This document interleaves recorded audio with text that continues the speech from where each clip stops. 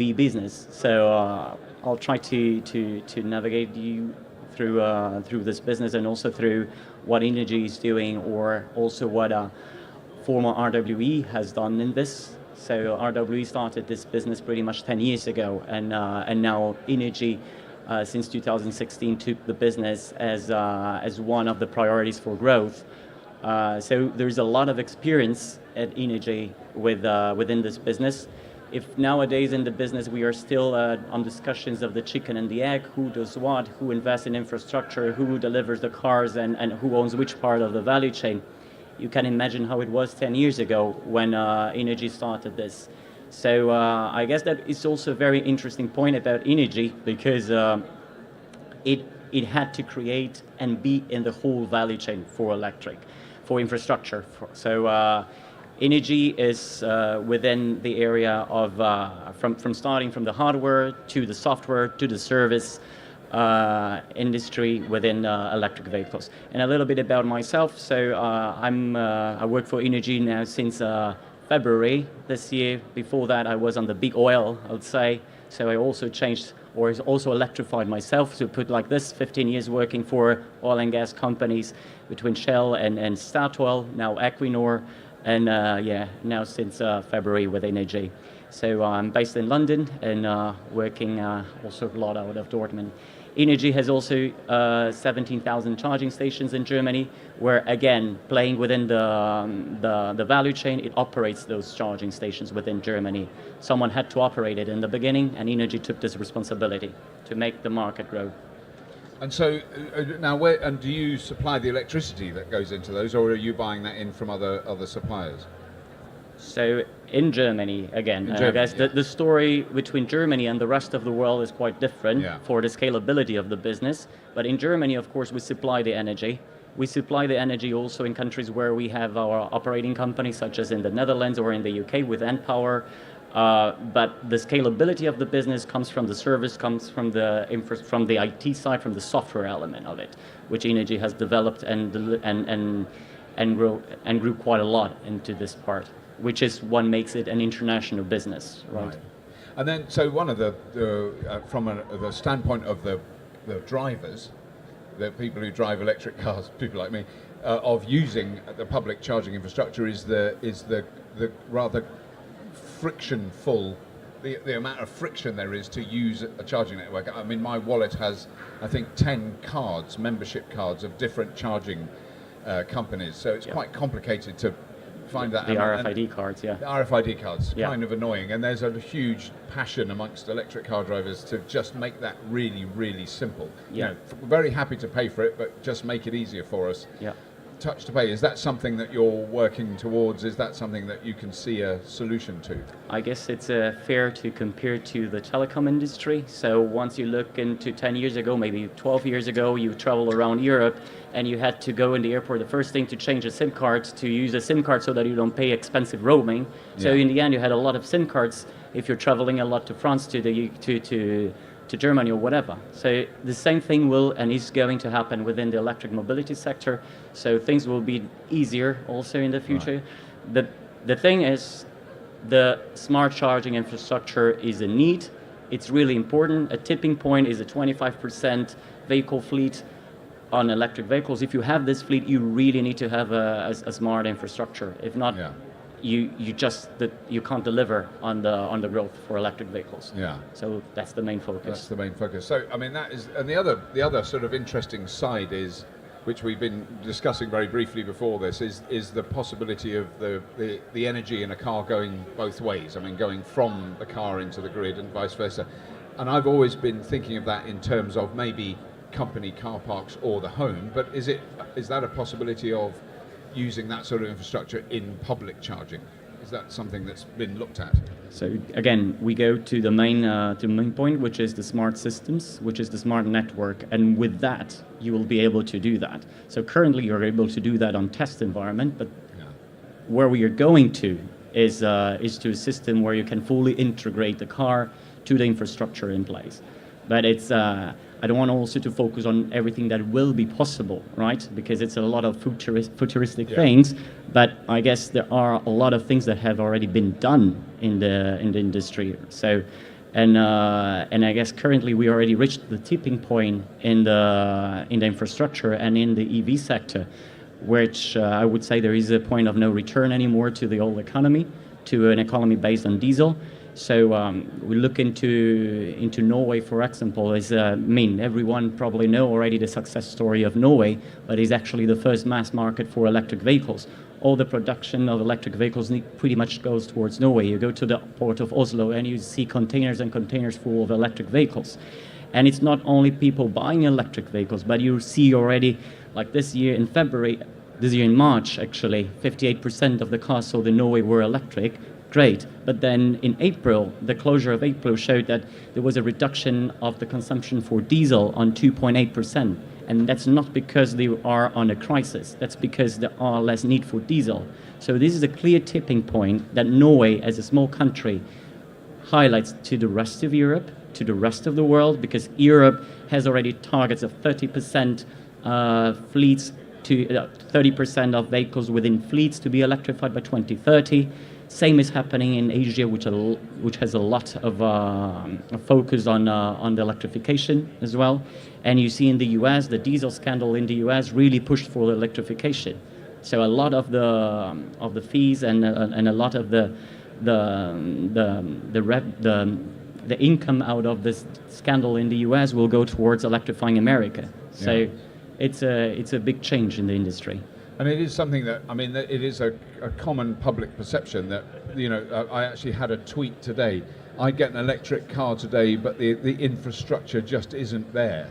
And it's a really interesting perception because I go, well, where does he live? I mean, there are parts of mid-Wales where there really isn't much infrastructure in this country, but the vast majority of the country, if you look at an app like ZapMap, you can't see the map of England because there's so many chargers marked on it. It's just a big block of them. I mean, there is actually a charging infrastructure, but it's getting that message across to people who are currently driving diesels that there actually is somewhere to charge your car and it isn't that hard. Yeah, and it will happen and is happening, right? I mean, I guess you wouldn't change in 1905 your horse to go from London to Manchester to a diesel car because you would not be sure you will be able to get from London to Manchester. So same thing is happening right now. So nowadays you can already go from Norway to southern Spain with no big issues, right? Yeah. But of course you need to plan, and then technology starts to play its role. So technology is fundamental into this full integration. Yeah. And what makes actually this business quite international. What is also a big switch for a utility like innogy in the past, going from this utility environment to an environment where is actually innogy is playing a role as a tech company. Yeah. Which all the focus in the electrification is on the technology side, is on developing the software that will enable this communication from distributed energy. So it's really trying to answer the 3Ds elements of decentralization, digitalization, and the decarbonization. So eMobility is really answering this with technology for the communication of distributed energy to the households, from the infrastructure to the cars.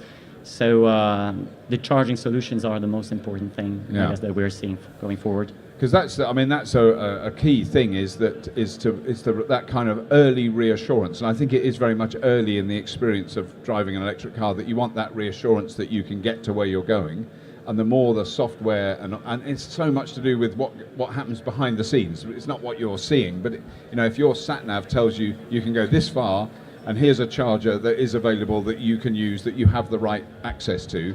It reduces those levels of anxiety by an enormous amount, and eventually, very rapidly, you get used to that as a driver. You get used to it, and you don't worry about it at all. But those initial few months when you're first driving an electric car, if it's telling you you've got to get here, we'll go via that charger there, we'll book it for you. There's already a system emerging where you can actually book the time on a charger, so you know you can use it. It's those sort of things that is, I guess, what you're talking about. Is that systems integration is the most important thing. That's one of the That's definitely one of the elements that we see. But then there is the other part, which is the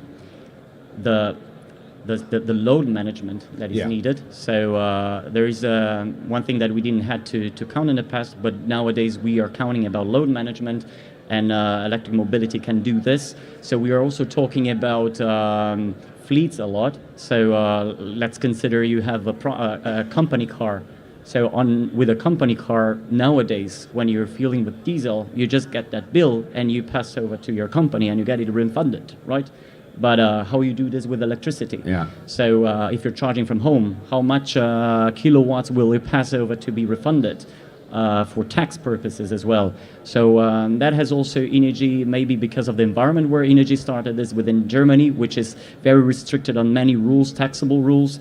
Innogy has developed a software that it really enables you to charge the kilowatt hour consumed, where in many other countries what you see, people are charging for the hour you spend charging. But then to be fair, a Nissan Leaf and any other car, they charge differently, right? So you're paying for the same time. So, sometimes you adapt within the environment you're in, and then you get a product that is really different to others. Right.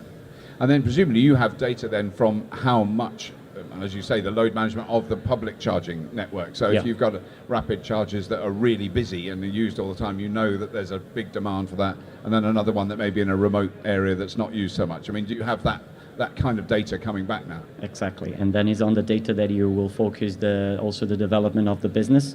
So let's say you want to at least guarantee at a specific time of the day that for a fleet of cars, of 200 cars maybe for the postal services, you want them to have at least 40% recharged. Right. So that's the kind of the software element that allows it to have 40% recharged. That answers another thing that is extremely important. You want this 40% charged via renewable sources of energy, because if not, if you're burning coal to fuel the cars, then you're just changing the burning diesel to burn coal for it. So the software is able to do the management of it. Yeah. And so, I mean, where do you see the company going then, in the next 10 years? What do you think are the is there an area that is the big innovation area, or is it just a general rollout of the network? So I would say that now innogy is really crossing borders after this 10 years of experience within Germany, and by playing its role within the complete value chain of infrastructure. Now the focus is really on the tech side of the company. So it's a tech company. Again, it's not an energy provider for electric vehicles. It's a services and software provider for electric vehicles. And with that, the company is crossing borders and is already establishing itself in more than 20 countries. The UK is one of the countries that we are establishing ourselves as a technology provider for the electric vehicle infrastructure. So that's what brings scalability for it. Right. A utility would never be able to grow so fast internationally in the past without acquiring a local distributing company. Yeah. So the money is not made out of selling more electrons. The money is made out of providing the services and the technology, and that makes the business international. So in 10 years' time, I would say we can see innogy as being one of the maybe top 3 players on software throughout the world, integrating distributed energy for the technology. Right. Fantastic. I mean, I would love it. Oh, good. I was going to say, does anybody want to ask any questions? So I have to relinquish my microphone. That's challenging, sir. No, there you go. Hello, thank you once again for a very interesting presentation. My name is Ajay Lawalia. I work for Equinor as an electrical engineer in offshore wind.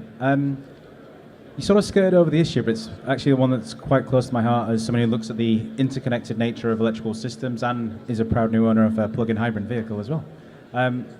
Is this concept of utilizing one's battery to also fill the holy grail, which is to use that energy when the cost of energy or electricity is low, and to put it back into the system as and when the system needs it, essentially solving that question of storage as well. But if I was to use my car and my battery in my car for that purpose, I would have some serious concerns around the integrity on the battery in terms of recycle and cycling effects on lithium-ion batteries, for example. Are we being unrealistic about utilizing the batteries in these cars to provide that function? And if so, do we need to start looking into it? Or do we need to start managing people's expectations as to whether or not the electrification of utilizing vehicles can actually fill in this gap for low periods of or high periods of demand as well?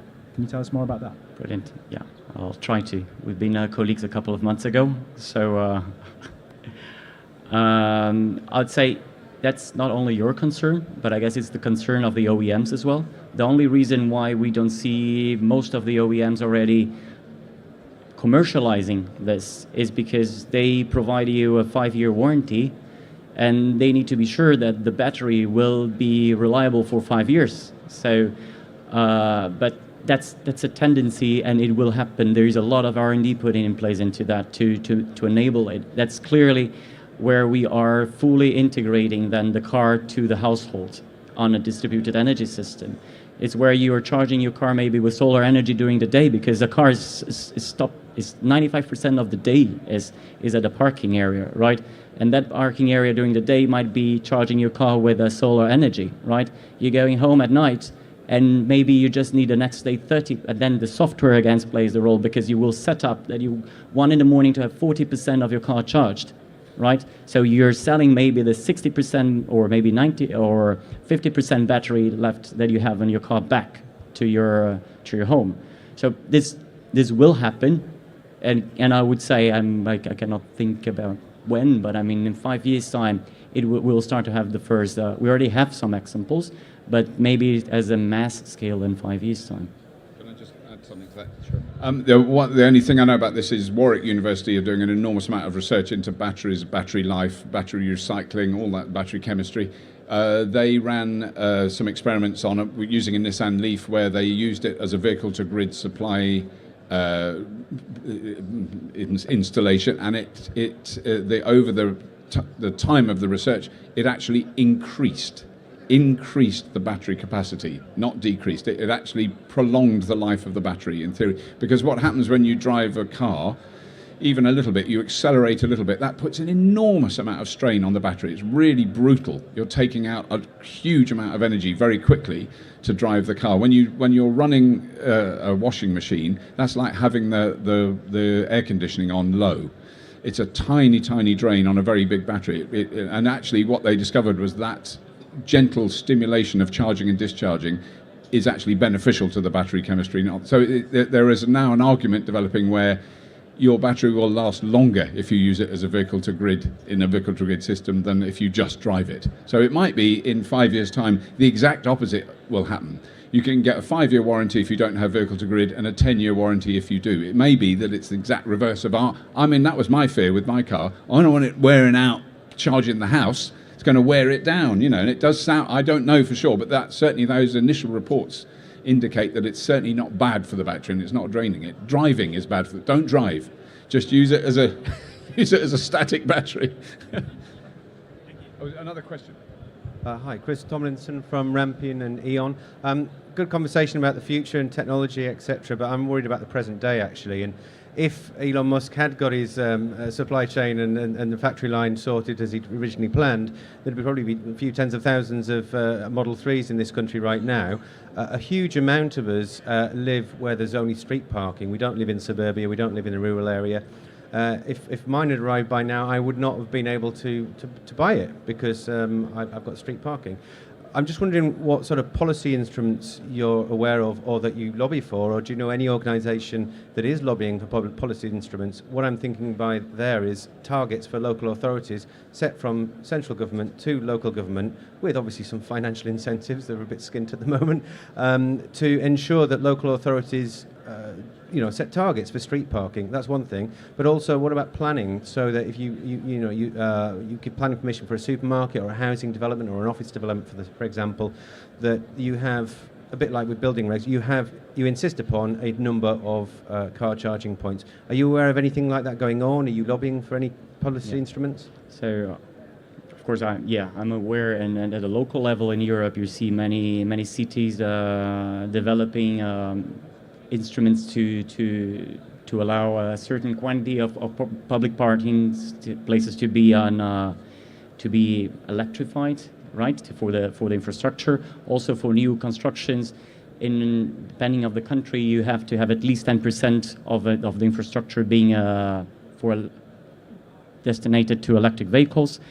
But this is happening more at a local level, right? So local level is where you're seeing this legislation being put in place to oblige you to have at least 10%, 20% of your facilities or your parking facilities for electric vehicles.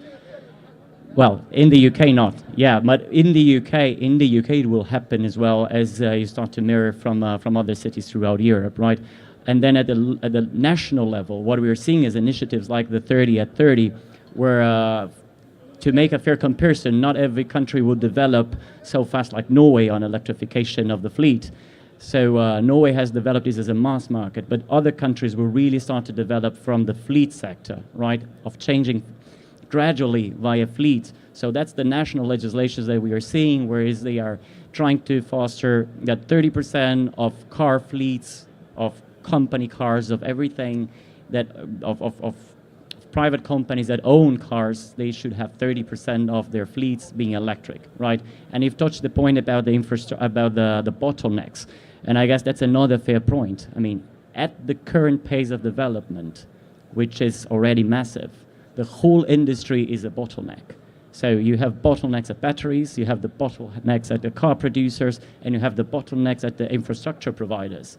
So so far, nobody is delivering quite fast in the industry. And I guess that's one of the main focus as well, is not only push for new legislation, but while you are working with legislators in Brussels and then in the local level as well, is to sort issues on the bottlenecks within the industry, which you see throughout the industry, and very basic bottlenecks still that need to be solved to make this industry run. Yeah. We have to round it up. I just want to say that one of the good things about the bottlenecks, which I did mention earlier on, is that there's an enormous amount of public demand for electric vehicles, for people who have somewhere off the street to park them, certainly at the moment, but I mean that is 60% of UK households have somewhere off the street to park them. So we should always be angry with people who have somewhere off the street to park their car and don't have an electric car. They have no excuse.